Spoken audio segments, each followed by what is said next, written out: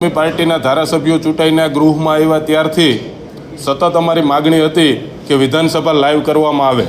આના માટે થઈ અને અનેક વખત અધ્યક્ષશ્રીને પત્રો લખ્યા, માનનીય મુખ્યમંત્રીશ્રીને પણ આ અંગે ધ્યાન દોર્યું,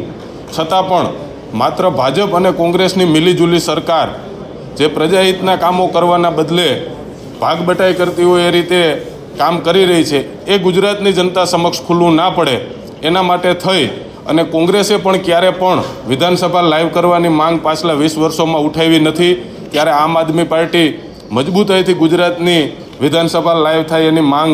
આજે ગૃહની અંદર પણ અમે બેનરો બતાવીને રાખી। આ દેશની લોકસભા, રાજ્યસભા, સુપ્રીમ કોર્ટ, હાઈકોર્ટમાં અનેક સેન્સિટિવ મુદ્દાઓની પણ ચર્ચા થતી હોય છતાં પણ એ લાઈવના માધ્યમથી જનતાને બતાવવામાં આવે છે, તો ગુજરાતના લોકોનો સંપૂર્ણપણે અધિકાર અને હક છે કે ગુજરાત વિધાનસભાની અંદર